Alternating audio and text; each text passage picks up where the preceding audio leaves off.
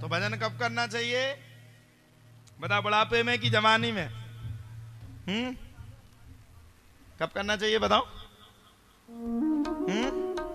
बुढ़ापे में?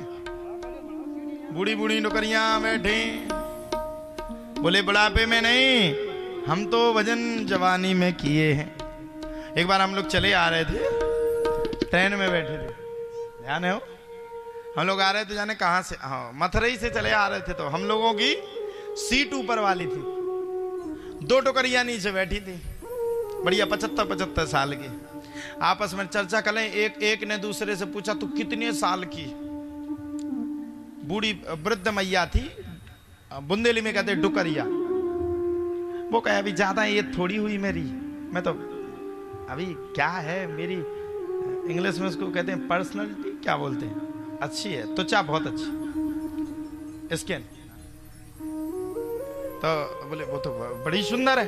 अच्छा, दांत गिरा गए, हम ऊपर परे। उसने पूछा तुम्हारी उम्र क्या है? बोले वही लगभग 30-35 साल। दांत गिर गए, 90 साल से नीचे नहीं है, लेकिन 90 साल कहने को स्वीकार करने के लिए तैयार नहीं। दूसरी ने पूछा तेरी कितनी उम्र है? बोले वही 25-30 साल। अच्छा, हम उतरे नीचे, हमें वॉशरूम जाना था। होता ना कई बार अपन लोग ट्रेन में बैठे रहते तो वॉशरूम जाना पड़ता, तो हम नीचे उतरे तो हमसे कहती बेटा तुम कितने साल के हो? अब हम क्या बता दें, 90 साल की टोकरिया अपने आप को 30 साल की बता रहे, हम 20 साल के थे, हम क्या बताएं? हमने कहा भी हमने जन्म नहीं लिया, ट्रायल करने के लिए आए हैं पृथ्वी पे। तो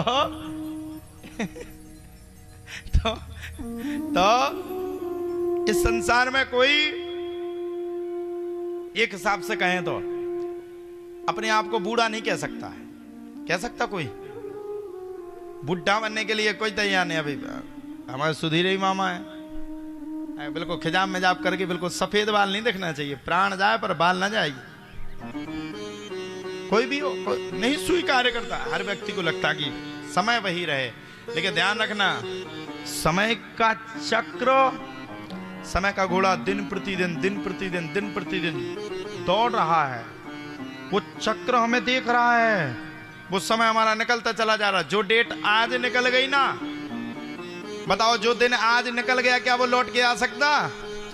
अभी शायद 2:58 का समय हो गया, 1 बजे का समय भी निकल गया। आप लोग बताओ क्या ये डेट कभी आ सकती है जिस डेट में आज हम लोग बैठे हैं? बताओ ना।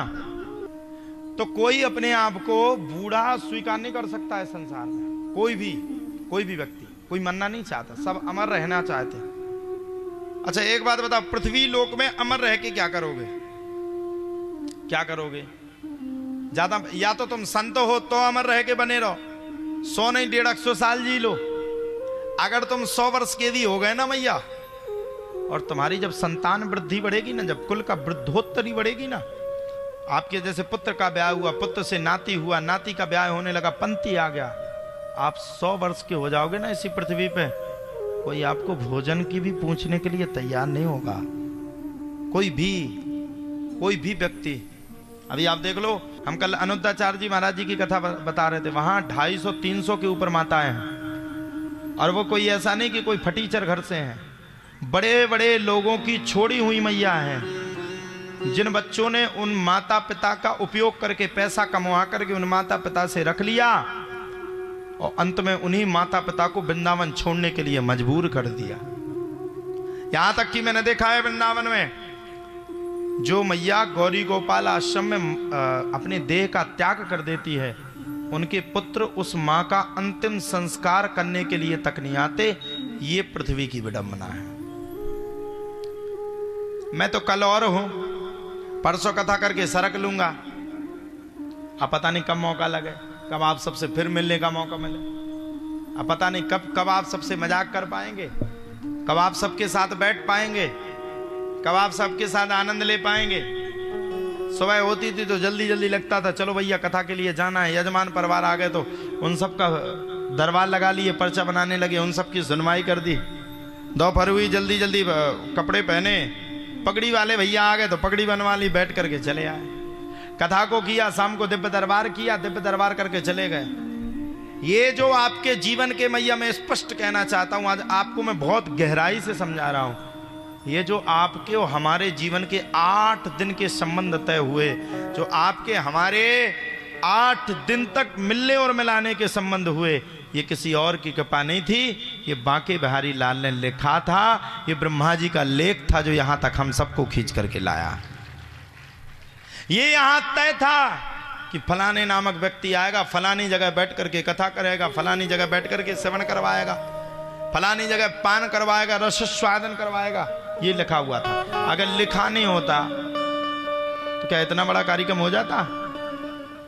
अगर लिखा ना होता तो क्या ये सब चीजें हो जाती? अगर लिखा नहीं होता तो क्या हम और आप सभी 7 दिन बैठ सकते थे? कथा कहाँ है? कथा नगर से कई कोस की दूरी पे है, नगर से बिल्कुल हटके है। लेकिन धन्य है यहाँ की माताएं, इन्होंने ये बता दिया कि मैं संकट मोचन सरकार और राधा रानी की भक्त हूँ।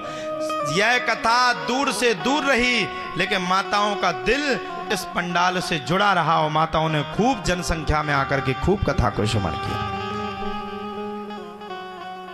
ये समय जो चला गया, जो परिस्थिति चली गई, वो कभी लौट के नहीं आ सकती है। इसलिए समय जाने से पहले अगर हमने अपने आप को संभाल लिया, समय जाने से पहले हमने अपने आप को रोक लिया, समय जाने से पहले हमने अपने आप पर कंट्रोल कर लिया, तो ध्यान रखना, हम उस समय के बलबूते पे न चल करके समय को अपने बलबूते पे चलाने की दम रख सकते हैं।